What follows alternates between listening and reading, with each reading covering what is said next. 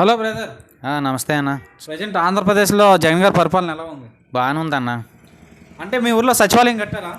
కట్టారు. సచివాలయం కట్టడం వల్ల ఎటువంటి ప్రయోజనాలు ఉన్నాయి? సచివాలయం కట్టడం వల్ల ఇదివరకు ఏంటంటే గ్రామ సచివాలయంలో ఉండే విషయాలన్నిటి కోసం పక్కన ఎక్కడో దగ్గర మండల హెడ్ క్వార్టర్లో ఉన్నటువంటి దానికి వెళ్ళవలసి వచ్చేది. ఈరోజు ఏముంది, ప్రతి విలేజ్లోనూ కూడా ఒక పశువులకు సంబంధించిన అయితేనేటి, మనుషులకు సంబంధించి అయితేనేటి, పశువులకి అయితే ఆర్బీకేలు, తర్వాత ఏమో మనుషులకేమో సచివాలయ వ్యవస్థ ఇవన్నీ ఏర్పాటు చేయడం అయితే జరిగింది. ఈరోజు రైతుల దగ్గర నుంచి కొనుగోలు కేంద్రానికి కూడా ఇదివరకు దళారీల నుంచి వ్యవస్థ జరిగేది. ఈరోజు డైరెక్ట్గా ఇక్కడే చెప్పడం, ఇక్కడే తీసుకోవడం కూడా జరుగుతూ ఉంది. ఈరోజు అన్నీ బాగానే ఉన్నాయి. అలాగే ఇంతకుముందు టీడీపీ ప్రభుత్వంలో జన్మభూమి కమిటీలు అంటూ ఉండి జరిగేవి, దానికి ఇప్పుడు వాలంటీర్ వ్యవస్థకి ఎంత తేడా? జన్మభూమి కమిటీలు అంటే వాళ్ళు ఏదో కమిటీ వేసుకునేవారు, కమిటీ ప్రకారంగా వాళ్ళకి నచ్చినట్టుగా వాళ్ళు చేసుకునేవారు. ఈరోజు ఏముంది, వాలంటరీ వ్యవస్థ అనేది ప్రతి ఒక్కరికి తుచా తప్పకుండా ప్రతిదీ కూడా లబ్ధిదారుడికి ఖాతాలోకి నీకు ఈ సంక్షేమం వచ్చింది అని డైరెక్ట్గా ఆ యొక్క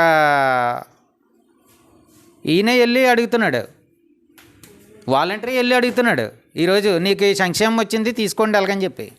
అలాగే మీ ఇంట్లో పెద్దవాళ్ళు ఉన్నారు కదా, వాళ్ళకి ఈ నెల నుంచి 3,000 పెన్షన్ ఇస్తున్నారా? ఇస్తున్నారు. 3,000 ఇస్తున్నారు. మరి ఇంతకుముందు ఏ ప్రభుత్వం ఇంత భారీగా పెన్షన్లు ఇవ్వడం జరిగిందా? ఇంతకుముందు అంటే ఇవ్వడం ఎప్పుడూ లేదు. ఇప్పుడైతే మాత్రం జగన్మోహన్ రెడ్డి గారు చెప్పిన దగ్గర నుంచి కూడా ఏదైతే చెప్పాడో అదే ఆంక్ష ప్రకారంగా అలాగా ప్రతి సంవత్సరం పెంచుకుంటూ పోతానన్నాడు.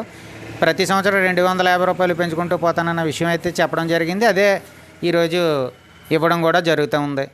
అలాగే మీ ఇంట్లో ఆడవాళ్ళు ఉంటారు కదా, డ్వాక్రా రుణమాఫీ అయిందా? డ్వాక్రా రుణమాఫీ అయింది. మరి ఇంతకుముందు ఏ ప్రభుత్వం చేసిందా డ్వాక్రా? ఏ రుణమాఫీ ఎవరో చేయలేదు. కాకపోతే ఇప్పుడైతే జగన్మోహన్ రెడ్డి గారు అన్నారో చేశారు కూడా.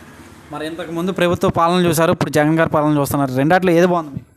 జగన్ గారి పాలన బాగానే ఉంది.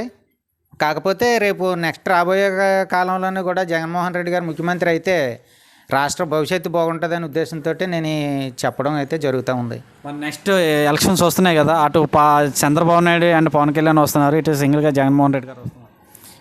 ఎంతమంది వచ్చినా ఎవరు ఇదే వాళ్ళదే. కాకపోతే రేపు ప్రజాభిప్రాయం ఇదేంటంటే ఈరోజు అందుకున్న సంక్షేమాన్ని బట్టి, వాళ్ళు తీసుకున్న సంక్షేమ పథకాలు ఉన్నాయి కదా, దాన్ని బట్టి వాళ్ళే ఓటేస్తారు. ఎందుకే అమ్మ ఉంటుంది, అమ్మ 4 కొడుకులను కన్న తర్వాత ఏ కొడుకుని బాగా చూస్తే ఆ కొడుకే ఇది చెప్పడం జరుగుతూ ఉంటుంది. మరి అలాగే జగన్ గారు 175 వస్తున్నారు, నేను ప్రజలు నమ్ముకున్నాను.